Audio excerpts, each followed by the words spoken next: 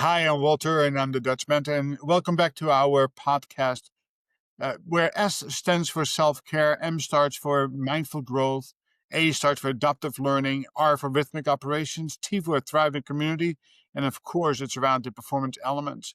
I'm grateful to have Andrew here with me today, and again, thank you for joining our podcast. He has deep expertise, and without any further ado, Andrew, why don't you introduce yourself and tell us what you feel deeply passionate and purposeful about? Absolutely. So great meeting you. Thank you for the invitation to be here. I am a executive coach, founder. What I'm deeply passionate about is people. I am gifted in drawing the best out in people. I'm here to serve and help people find their better selves, and I'm fantastic at doing that. I'm really good at working with founders, with owners, with business owners, and helping them sort out how do they get ahead of the curve. So thank you for sharing that. And we're looking for some real action items and takeaways for our audience, because I think that's what we owe them. My philosophy in life is very simple, Andrew, is that if one person can walk away from our conversation with becoming a better person, you and I have both done our jobs for the day. So in order to build credibility as a coach in this particular area, give me a little bit of background on how you established that. And how did you how did you find out for yourself that this was your passion and this is what you wanted to do for a living? Yeah, so I think we have a very similar mantra. Mine is plant seeds that will grow trees that I will never sit under. So continually looking to find and pay it forward and help people.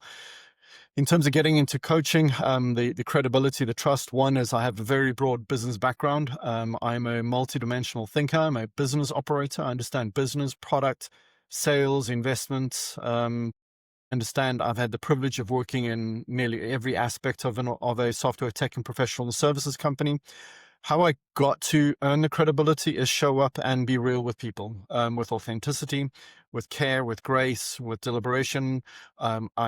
I don't put up with victim mode in a hot minute. I'm very much around you own your life, you own tomorrow, decide what you're going to do with it, and how do you progress yourself forward, and surround yourself with people that are smarter than you, that can help you be bigger and better than tomorrow. Um, Yeah, excellent. And all that is, of course, built around the word trust, right? If there's no trust, there can be anything else. So, as we know, the human beings are complex, beings, especially our brain. We don't know enough about ourselves. So often, people have poor self-awareness.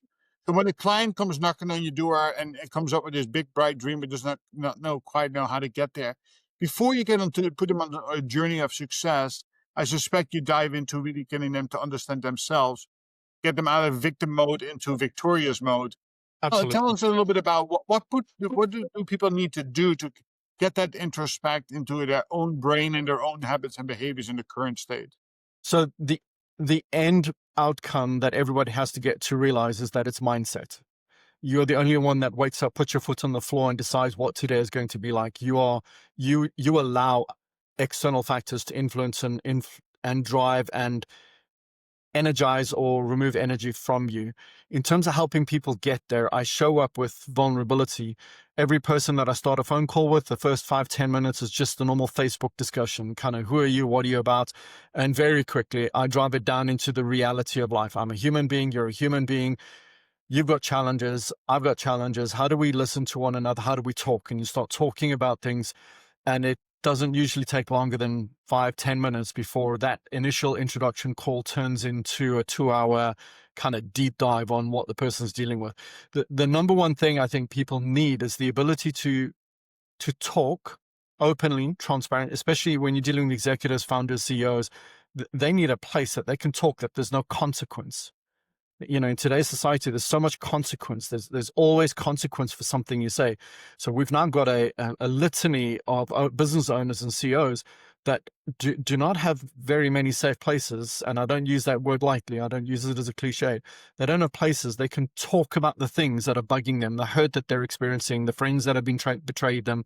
They don't have places they can go to vocalize themselves. So, and very quickly in dealing with people, I get into a very quick understanding that I'm not here to sell them anything downstream. I'm here to help them find their feet. Once they found their feet, I will part ways with them, and wish them well on their journey. But my goal, my mission in life is about that human being. As that human being shows up, and how do I help that human being recognize that they're putting on a Facebook mode, or how do I get them to be that self-aware and go look in the mirror and have some honest discussions with themselves? They don't owe it to me, they owe it to themselves. Yeah, the word authenticity comes to mind, right? Is that people have lose themselves in today's society way too often. And not for nothing, they say it's very lonely at the top. So I will agree that that is the prime target for those folks, because it is very lonely on the top. I would also say that the middle manager that gets so squeezed from the bottom, they just transition from doing to leading, and they get squeezed from the top. And that too can be a very lonely spot, because you don't have the skills, knowledge, and abilities to even learn to lead effectively. Plus, you feel like, now I'm separating myself from my friends to Exactly. becoming their leader, and they need most of the help. So with that said, again, the word vulnerability, which you used, right?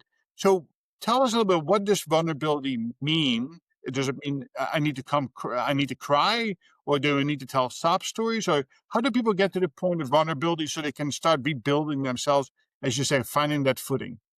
Yeah, so the lonely at the top syndrome is not the CEO makes it lonely at the top. It's a set of scenarios that happen that eventually the CEO is lonely at the top. And by the time they're there, they don't realize it. And I work with CEOs and founders to help make sure that the behavioral pattern they have with their lead team right out of the gates avoids that syndrome, so that they set their culture, their leadership structure, and how they're engaging with their team correctly. In terms of vulnerability, I think it's showing up as being a human being. I've had this question asked at me a lot of times. It's not about tears. It's not about pleading victim mode. It's just about talking. It's about paying an interest in people, talking about life, talking about things you're scared of, things you don't like, things that have caused challenges in the past.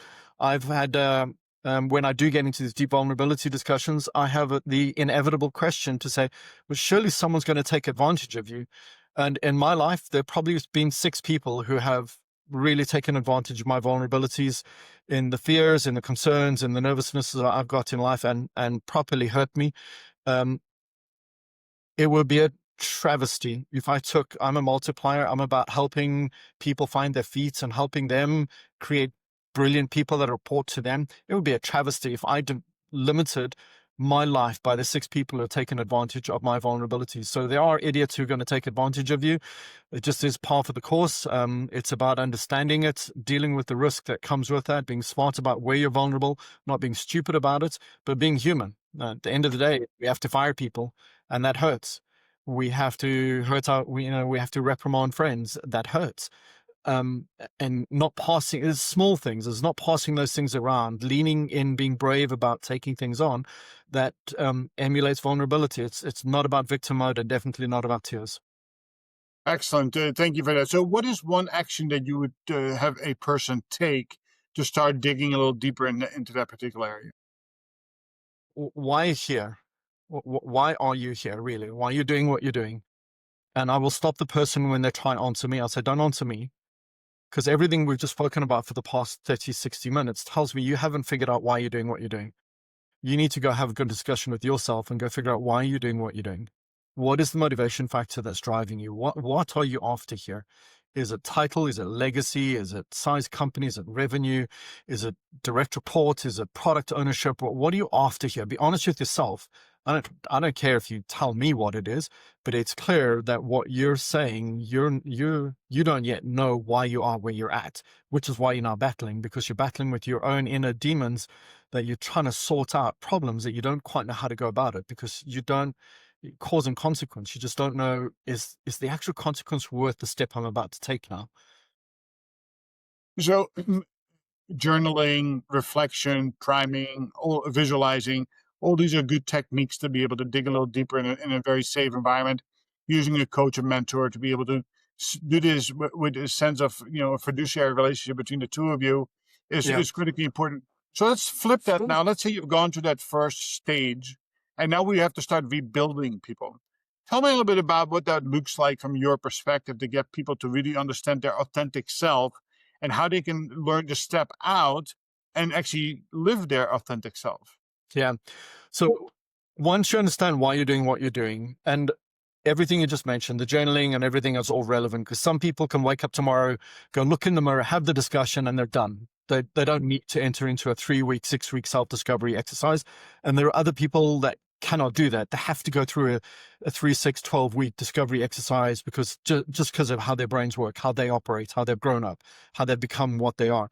When they come out of that on the other side, and obviously you don't leave them alone in that journey, when they come out of that on the other side, is then helping them find and say, now that you know what you're about, how are you going to improve yourself to get to where you want to be?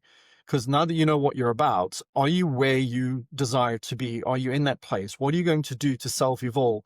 Because you want to get that person into wanting hunger mode. You can't coach or teach people to improve themselves or transform themselves or take on different tasks, languages, skill sets, unless they want to, right? You can browbeat them and they'll do it under duress. But the real change, as we all know, comes when someone wants to do something. So you've got to figure out, how do you get them to want that next step? And when they want that next step, that self-discovery, because there's also a lot of solution that comes in when people don't realize that they're not doing what they wanted to. There's a lot of self-absolution coming in. And what I mean self-absolution is we absolve ourselves of the state that we're in. We absolve ourselves that I am here not because of my making. We absolve ourselves that I'm not involved in that. I'm not a part of the reason the situation exists. And you got to have that person to have some, this the CEO that I'm coaching. Part of the challenge, I said to him, "Did you love people? It's not bad. You love solving problems. It's not bad. You love your company. It's not bad. You've got a really good friend. It's not bad. But it doesn't change the fact that you're the operator, and you have to make some tough decisions here. You have to figure out, how do you move this thing forward? Because singing Kumbaya every morning is not going to solve the Yeah. problems. You have to figure out how you're going to get through it. And then every human being is different, right? To every person, my approach is to understand where that person is at when I meet them, emotionally, physically, professionally. How are they? Are they ready for certain? And if they're not ready for a discussion or an eye-opening moment, just to move on to the next topic, and circle back when you experience that, well, they may well be open or ready for this, and kind of just poke the bear a little bit and see, can they receive this message now? And sometimes it takes a day, sometimes it takes months to help that person navigate themselves to what is the next step? How do I evolve myself forward? But that self-awareness, self-discovery, why am I here? What do I want to be? Am I where I want to be? If I'm not, what am I going to start doing about moving myself to where I want to be, instead of waiting for somebody else to make those decisions for me? Yeah, excellent point. So, with that said, the most difficult part of human behavior is to build new habits and behavior that are sustained for the future. So let's finish up our conversation around that point of how and can people build a sustainable habit or be truly authentic and stick with that and then continue to evolve from that. How do you guide people with that? Yeah, so I'm going to go with mindset, and let me explain a little bit. My journey in March of last year was, I had a bit of a wake up. I took a large pivot, and I was living the normal, comfortable American life where I was comfortable in my job, getting a decent salary, was comfortable with the family, comfortable with the house, comfortable with the work position, etc. And my world got shook a little bit, and I could have fallen into the, oh, well, woe is me, world owes me, etc., etc. I woke up the next morning. I'm one of those people who can go introspect in, overnight. I woke up the next morning and I started moving forward. And I took one new discipline at a time. Use one example. I got involved in an organization called Fractionals United. In there, I met a beautiful lady by the name of Kim. I met her face to face at one of the meetups, and she said to me, "Andrew, you've got a lot of stories. You've got a lot of experience. You need to write a book." And I looked at her and said, "Don't be stupid. Me waking up, writing a book, I don't have the mental aptitude for that. It's just never going to happen." She said, "Andrew, just wake up 30 minutes earlier. Just start writing LinkedIn content. Start easy. Just start writing content. And you'll eventually find you have enough content to start writing a book." I'm like, there's no ways this is going to work. I started, literally, she said, just wake up 30 minutes early. Just wake up 30 minutes early. Don't do email, don't do WhatsApp, do nothing. Just wake up 30 minutes early and start writing. What I did is I found purpose in the change. It wasn't just a change for the sake of the change. I saw value, I saw output, I saw things happening as a result of the change. That then inspired me to say, well, if I can start writing a book now, 30 minutes early in the morning, I wonder if I wake up an hour early in the morning and I start walking every day. And I started doing that. So give yourself, we need to be graceful with ourselves, right? We have to be graceful, we have to be kind with ourselves because the world is harsh.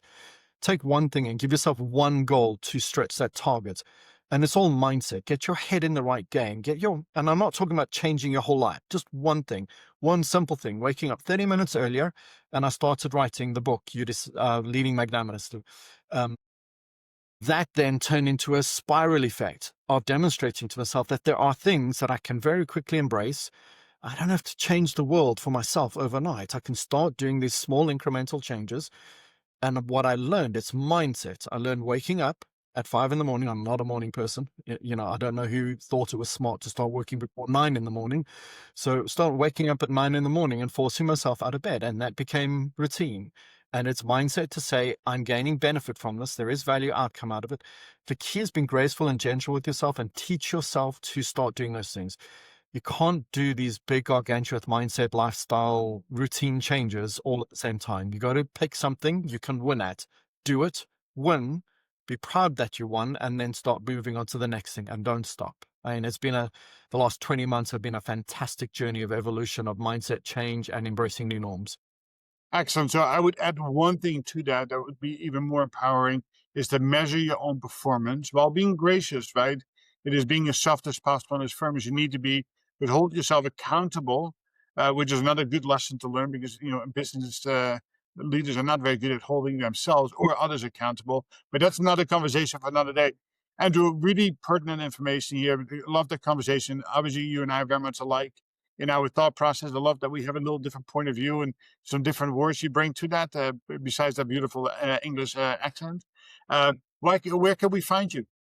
So you can find me at andrewbrummer.com, and you'll also find me on LinkedIn. If you go to my LinkedIn profile, you'll see there is a free download for the ebooks You Decide and for Leading Magnanimously. Please feel free. There are textbook guides, one on how to pivot, how to network, how to lead and create a new tomorrow for yourself. And the other is a textbook for leading.